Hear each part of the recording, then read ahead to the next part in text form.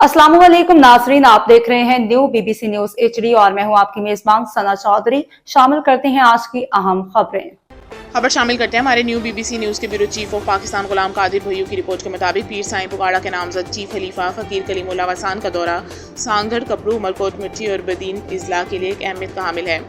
इस दौरे के जरिए वो खुद जमात में राब्तों को मजबूत करेंगे, जमात को मुनज़्ज़म करेंगे और नौजवानों को रवाना करेंगे।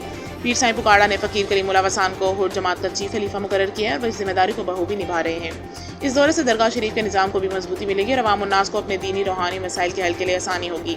फ़कीर कलीमुल्लाह वसान मुख्तलिफ मजहबी मदारिस, स्कूलों, दरगाहों और अवामी इज्तिमात का दौरा करेंगे, जहाँ वो लोगों से मुलाकातें करेंगे, इनके मसाइल सुनेंगे और इन्हें दीनी और रूहानी तालीमात के मुताबिक रहनुमाई फराहम करेंगे। दौरे का मकसद हुर्र जमात को मुनज़्ज़म करना, राब्तों को मजबूत करना और नौजवानों को रवाना करना है। पीर साईं पुगाड़ा की क़यादत में हुर्र जमात के सरबराहान और नौजवान इनके साथ हैं और इनकी क़यादत में मुकम्मल एतमाद रखते हैं। हुर्र जमात के चीफ खलीफा के तौर पर फ़कीर कलीमुल्लाह वसान की तकर्री को अहमियत दी जा रही है और इनका दौरा सिंध के मुख्तलिफ अज़ला में जमात के लिए अहम किरदार अदा करेगा।